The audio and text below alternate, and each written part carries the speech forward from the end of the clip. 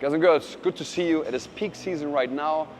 You probably already know that me and all the other coaches are super busy. And I want to introduce you to something new I'm offering, which is called a hybrid training. If you come here just for a certain amount of time, or you come here and I'm super busy and I can't offer you much of my personal training time, here's a good option.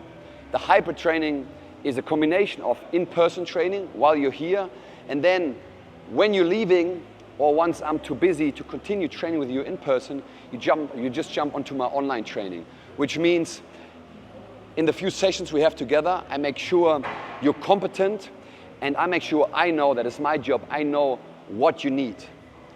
After this, we move into online training, which is going to be done through my app. You get access to all the exercise videos and tutorials, and I make sure that you go home and you can continue the work you started here with me. Come all the way up and down. That's 3. Keep going. That's it. On the warm-up phase now, Pete. And give me 1 second. In your right hand, extend the wrist. Yes, don't bend it. Now it's coming from the rotator cuff. Yeah, so we're warming up. Patrick and I, we start the hybrid program. That means he has a few sessions with me in person. And today, I help him with his main lifts so he can handle them on his own while he's training through the app, right? That means we're gonna go through the bench press, we're warming up for this, safety bar squat. We're gonna do a few complex exercises for the triceps, barbell pullover, for example, and a Nordic hamstring curl, which I would like him to do. I have a great beginner version to work towards a Nordic. Is you come up and you keep your chin over the bar as long as you can, but don't just try to keep your chin over the bar, try to have a maximum engagement in the latissimus, okay? In the lats. So just pull up and now hold, good. As long as you can. And don't try to be efficient and relaxed there, really try to pull.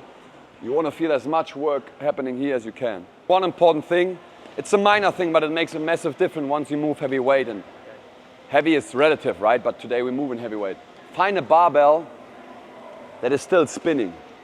You know, things rust here because we're at the ocean, but this is a good bar. You don't want to have one that gets stuck, and sometimes that happens. Well, it rusts.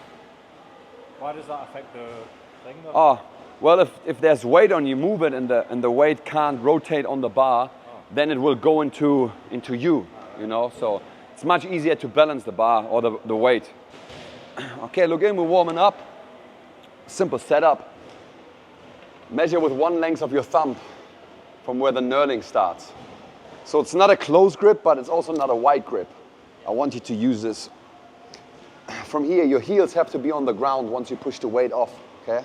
Everything else I teach you later when the weight comes. But when we go down, I want your forearms to be vertical.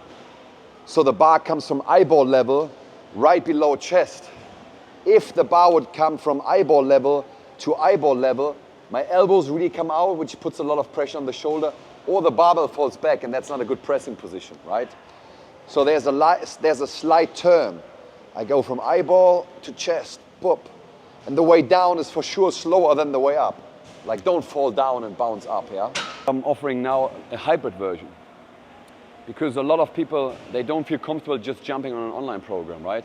But if I meet you here first, I teach you everything you need to know to become competent, well then, first of all, I feel happy to let you go and let you train on your own, but you also feel confident in doing this.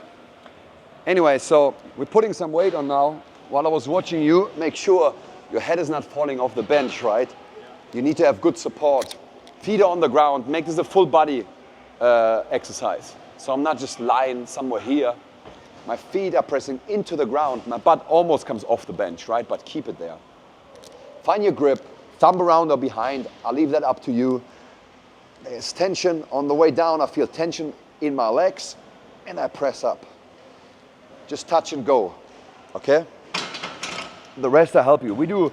Give me 5 reps and then we start building weight and decrease the volume while we're going.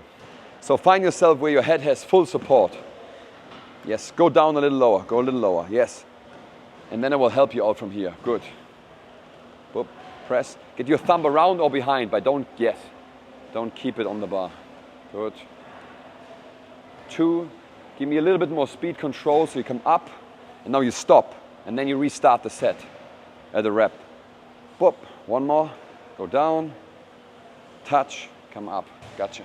The bar, you still don't really direct the force into the right direction. There's a lot of forward and backward movement. That will change, and very quickly then you will increase weight. We try 3 reps. If we make it, great. If we don't make it, no problem, I'm behind you, yeah? Don't be too slow on the way down, that will tire you out. You just have to control the way down, so don't let it fall, yeah? So whenever you're ready, let me move the bar for you, yeah. I will help you up, and first catch the bar. Yeah. And after every rep, take a moment of fixation, because once the weight keeps moving and you keep moving, you lose control, yeah? Ready? Yeah. Good. All yours, whenever you're ready. Come down and press up. 1, good job. Come down, press up, come. I got you. One more, you got one more. You got one more, lad. Let's go. Come on, Patrick, come on. Keep your feet on the ground, good job. It's gonna be higher. So look, barbell pullover. Again, it's a little bit of a movement skill. It's for the triceps, it's for thoracic extension. It's almost like you throwing a soccer ball overhead, okay? Monkey grip, so fingers, the thumbs next to the fingers. Get the bar just where the knurling starts. That's pretty much shoulder width apart for us. From here, I want you to sit back, find a position where your head is on the edge. So you're really on the edge of the bench, the bar can't hit it. Press it up, feet stay on the ground. From here, first thing you do is you bend your elbow, and then you open your arm torso angle. See, I need to come higher, and then you throw. So I do it one more time slow, elbow, shoulder, and up. So you're going down, back, up. And then you roll the barbell down, okay? So it's one smooth movement. That's a massive stretch on the triceps. It's a 2-joint muscle, right? Stretch, and you're gonna get a nice contraction. And there's a speed element to it. Remember, when there's a speed element, the way down is always slower than the way up. So lie down, I'll help you with your head position. Yes, if that feels comfortable, you would be good. So first move on your elbow, so almost bring this to your nose. Now open this up so you don't hit your head, and now speed up on the way up. 1, yes. Move with control because the barbell is not heavy right now. 2, give me 12 reps. 3, and now go down smooth to your head and then overhead in one motion. Up. 4, go down and back. 5. You felt that, right? Yeah, I feel it. This one, I mean, you can never have enough triceps, but this one will make you so much stronger for the bench in so many exercises. Even if it's just, if it would be throwing or if it would be punching, it's a great exercise for this. Just for the learned purpose, we're now going to do a very similar, it's called a rolling dumbbell triceps extension. It's very as of the ground. Now I'm going to use my hip thrust to curl the weight up.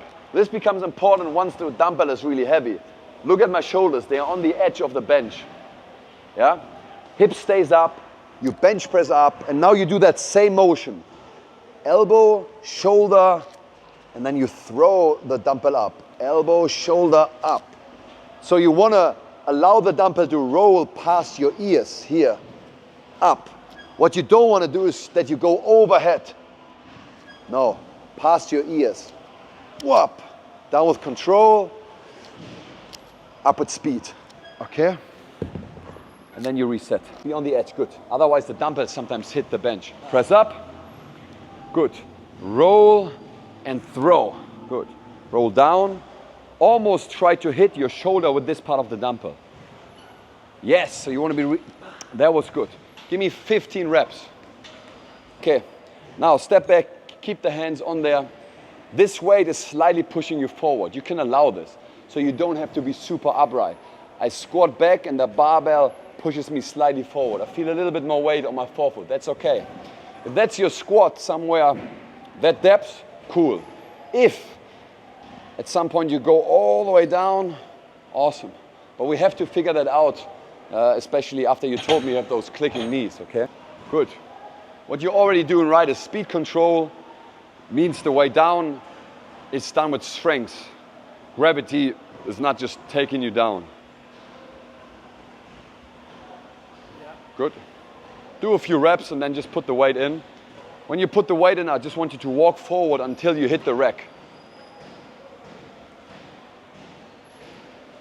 Good. Walk in, just hit the rack, boom, and then you squat down. Nice. Yeah. I even don't want you to lean forward. That's the beginner one. No, this is not a beginner bar. Some people think this. It has some advantages when it comes to holding the bar, because being up here you need a lot of shoulder mobility for that. That is an awesome bar. I think this is one of the best bars in the world, especially if you don't just want to get strong for powerlifting or for the straight bar squat, but for sport in general.